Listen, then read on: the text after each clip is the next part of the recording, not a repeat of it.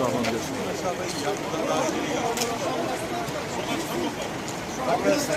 Bu mesafeden nereye gitmezsek arkadaşlar bir zahmet. Ve içerisindeki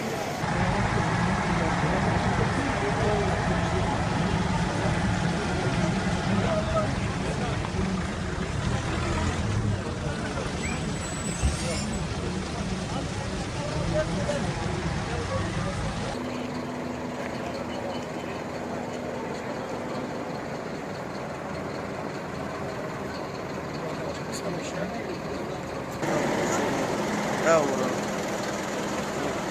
Sağ ol.